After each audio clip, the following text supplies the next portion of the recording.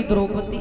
भगवान को जब आता हुआ देखा द्रौपदी ने, जवाब दिया कृष्ण आओ, इस खेल में अगर और कोई कमी रह गई हो तो उसे भी पूरा कर लो। अर्जुन बोले रुक। जवाब दिया द्रौपदी, कृष्ण पर क्यों गुस्सा कर रही हो, इनमें इनका क्या कसूर है, रो नहीं। अगर माँ तुम हो तो पिता मैं भी हूँ, दुख तुम्हें तो दुख हमें भी है, क्योंकि संतान का दुख माँ पिता दोनों को बराबर होता है। द्रौपदी ने एक बात कही, अर्जुन माँ की ममता माँ से बढ़कर के दुनिया में कोई नहीं समझ सकता है। तुम पिता बेशक हो, लेकिन एक माँ को कितना दुख होता है ये बात तुम कभी भी नहीं समझ सकोगे। रोने लगी द्रौपदी। आगे बढ़े अर्जुन, एक बात कही द्रौपदी, मैं तुम्हें वचन देता हूँ, या तो उस दुष्ट को पकड़ के लाऊंगा जिस दुष्ट ने हमारे बच्चों को मारा है, या फिर जीवन में कभी तुम्हें अपना मुख नहीं दिखाऊंगा। भगवान को साथ में लिया, अर्जुन वहां से चले। अश्वत्थामा रास्ते में जा रहा था, भगवान बोले अर्जुन यही दुष्ट है जिसने तुम्हारे बच्चों को मारा है, जाओ पकड़ लो इसे।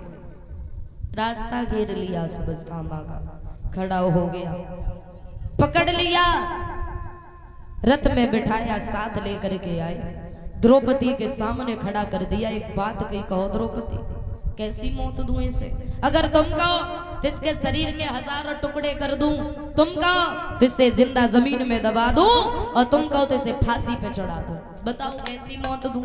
तो द्रौपदी आगे बढ़ी, एक बात कही, ना तुम इसे फांसी पे चढ़ाओ, न शरीर के 1000 टुकड़े करो, न जिंदा जमीन में दबाओ, बल्कि तुम इस ब्राह्मण के बच्चे को छोड़ दो। बोले छोड़ दो, क्यों? जवाब दिया द्रौपदी ने, अर्जुन अगर इसे मारने से हमारे बच्चे जीवित हो जाएं तो तुम इसको मार दो। अर्जुन बोले बच्चे जीवित नहीं होंगे पर बदला पूरा हो जाएगा। द्रौपदी बोली हर जगह बदला पूरा करने के चक्कर में इंसान गलत साबित भी हो जाता है, हर जगह बदला अच्छा नहीं होता है। बोले क्यों? वो कहते हैं ये तो दुष्ट है, अगर तुमने इसे मार दिया तो कल को लोग कहेंगे कि तुम में और इसमें अंतर क्या रह गया। एक लाल कलर का कपड़ा होता है परीक्षित महाराज, उस लाल कलर के कपड़े को हम लाल ही कलर से धुलें तो ये सफेद हो सकता है क्या? कभी नहीं होगा, क्योंकि इसका कलर ही लाल है। उसी भांति इंसान चाहे उसके अंदर गुण हो तो कभी इंसान उसके अंदर अवगुण नहीं डाल सकता है, और अगर उसके अंदर अवगुण होंगे तो जीवन गुजार देना, कभी उस व्यक्ति के अंदर गुण नहीं आ सकते हैं। क्योंकि कहते हैं आज की दुनिया में कर्म ही पूजा है, जैसे कर्म करोगे आगे चल कर के तुम्हें वैसा फल मिलेगा। और आज की दुनिया में सबसे ज्यादा सिर्फ हमने एक ही चीज देखी है, अगर कर्म अच्छे हैं तो किस्मत इंसान की दासी हो जाती है। कहते हैं कि मेहनत के आगे किस्मत भी हार जाती है। कुछ लोगों के मुख से मैंने सुना है, कोई बात नहीं 4 दिन दुख के आ गए, अरे भगवान ने तो हमारी किस्मत ही ऐसी लिखी है। भगवान किस्मत किसी की नहीं लिखते हैं, भगवान सिर्फ कर्म देखते हैं। कर्म तुम करो फल हम देना जानते हैं। अच्छे कर्म करोगे तो अच्छा फल मिलेगा, और गलत काम करोगे तो तुम्हें गलत फल मिलेगा। और कहते हैं कि दुनिया में हमेशा ऐसे जियो जो लोग कभी कुछ कह न पाए। और फिर अगर जीवन में महाराज तरक्की पानी है, मामा जीवन में तरक्की पानी है, तो सिर्फ एक बात को बिल्कुल भूल जाओ कि लोग क्या कहेंगे। लोगों का काम सिर्फ कहने का होता है, करने की गारंटी तो अपने अंदर होती है ना। अच्छा काम करोगे लोग फिर भी कहेंगे, गलत काम करोगे लोग फिर भी कहेंगे। सिर उठा के चलोगे, अरे भाई उसे तो घमंडे सिर उठा के चलते हैं क्या है? और सिर झुका के चलोगे, अच्छे कर्म ही नहीं करें तो सिर उठा के चलेंगे कैसे? इधर उधर देख के चलो, अरे नजरों का ठिकाना नहीं है कैसा इंसान है। और एक जगह देख करके चलो तो इंसान कहता है कैसा घूरता हुआ जा रहा है। अब ऐसा करो क्या जिससे लोग ना कहें, क्योंकि दुनिया का काम सिर्फ कहने का होता है। और कहते हैं कि लोग ही इंसान को कहां से कहां पहुंचा देते हैं। अगर लोग चाहें तो इंसान को सिंहासन पर बिठा देंगे, और भाई लोग चाहें तो उस इंसान को गधे पे बैठने के लायक नहीं छोड़ते हैं। ये दुनिया है। जवाब दिया द्रौपदी ने, अर्जुन हर जगह बदला लेने से इंसान गलत साबित हो जाता है। क्यों सोनू? गधा तुम में लात मारे, तुम गधा में लात मारो, तुम में गधा में कछु अंतर है? कछु अंतर नहीं।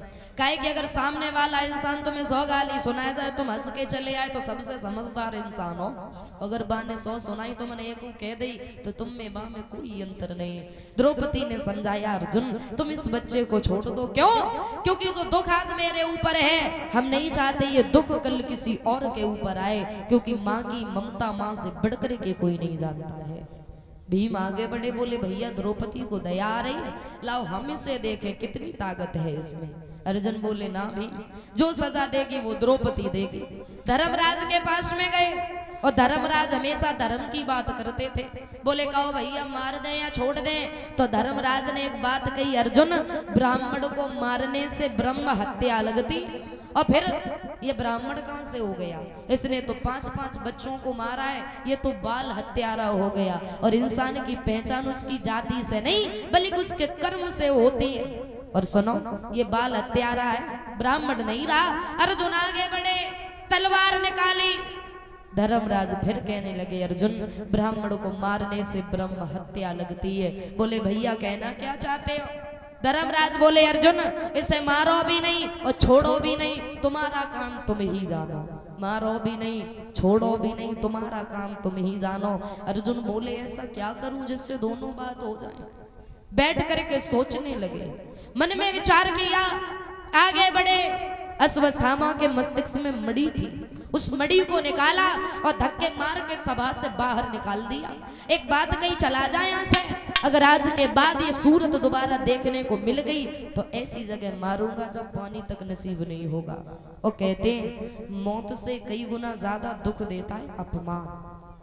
अगर भरी सभा में कोई किसी का अपमान कर दे तो इंसान उस पल के बारे में सोच करके तिल तिल मरता रहता है। अश्वत्थामा वहां से चला, लेकिन चैन नहीं आया उसे। क्यों? क्योंकि उसका अपमान कर दिया, इसलिए गया। राज दरबार से बाहर निकल के थोड़ी दूर तक पहुंच पाया। उसने कैसे बाढ़ को छोड़ा जो गर्भवती महिलाओं को कष्ट पहुंचाने लगा। अभिमन्यु की पत्नी उत्तरा गर्भ से थी, उत्तरा का गर्भ बाल जलने लगा। कृष्ण को बुलाने लगी, मामा हमारी रक्षा करो। भगवान उत्तरा के गर्भ बाल में प्रवेश कर गए, उस गर्भ बाल की रक्षा की। जब उस बच्चे ने जन्म लिया तो उन्हीं का नाम रखा गया था परीक्षित। उत्तरा के गर्भ से महाराज परीक्षित का जन्म हुआ। बोलिए परीक्षित महाराज की। धीरे धीरे सयाने हुए परीक्षित महाराज, बड़े लाड़ प्यार के साथ में उनको पाला गया। बताया कि धीरे धीरे सयानो भयो परीक्षित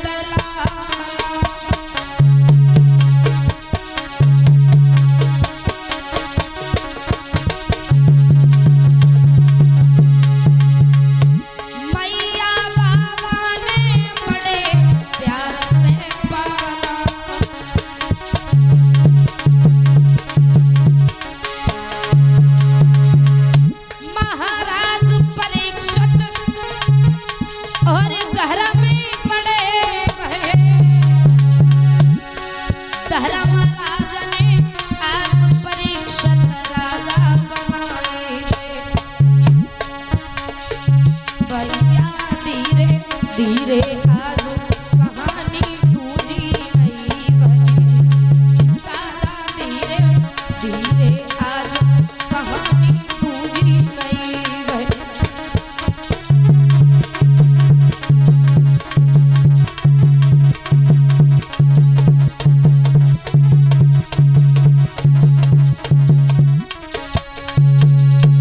समय गुजरता गया मेरे भैया। परीक्षित को राजा बनाया धर्मराज जी ने, सोने का मुकुट रखा था वो पहनाया। एक बात कही सुनो परीक्षित, सतयुग त्रेता द्वापर युग के बाद में आएगा कलयुग, और कलयुग में धर्म को बचाना बहुत बड़ी बात होगी। बोले क्यों?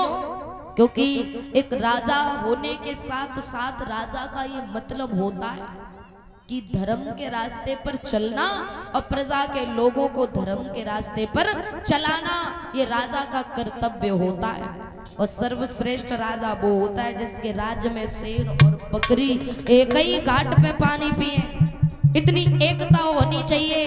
परीक्षित ने जवाब दिया, दादा अपने हिसाब से तो मैं राज को बहुत अच्छे से चलाऊंगा।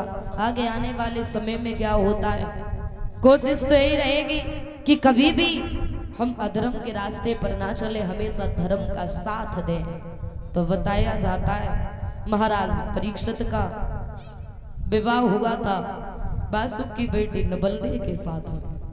पहली बार महाराज परीक्षित शिकार करने के लिए चले, पहली बार घोड़े पर सवार भये। नवलदे आरती की थाली लेकर के आई, आरती उतारी महाराज परीक्षित की। शिकार करने के लिए महाराज चले।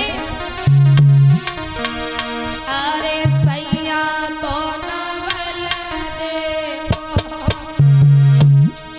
ए सैया तो नवलदे को, चलो है रे राजा तो नवलदे को, चलो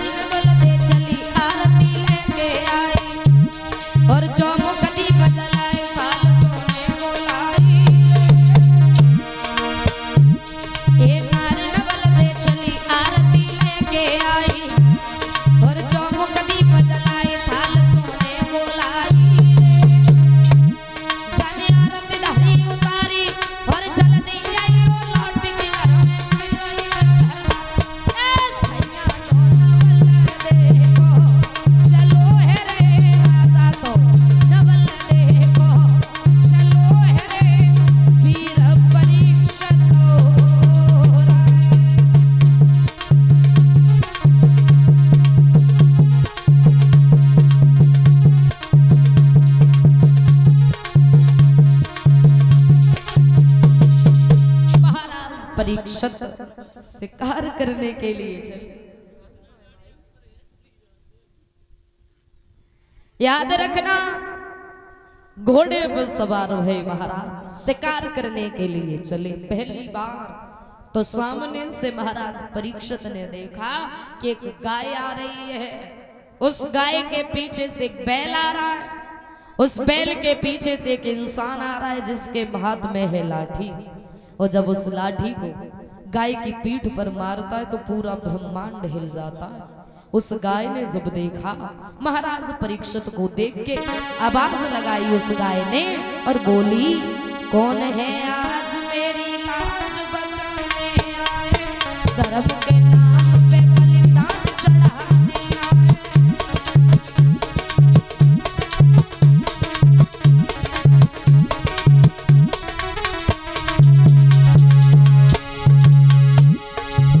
कौन है आज मेरी लाज बचाने आए, लाज बचाने आए, लाज बचाने। डूबती नाव को कोई आग लगाने आए।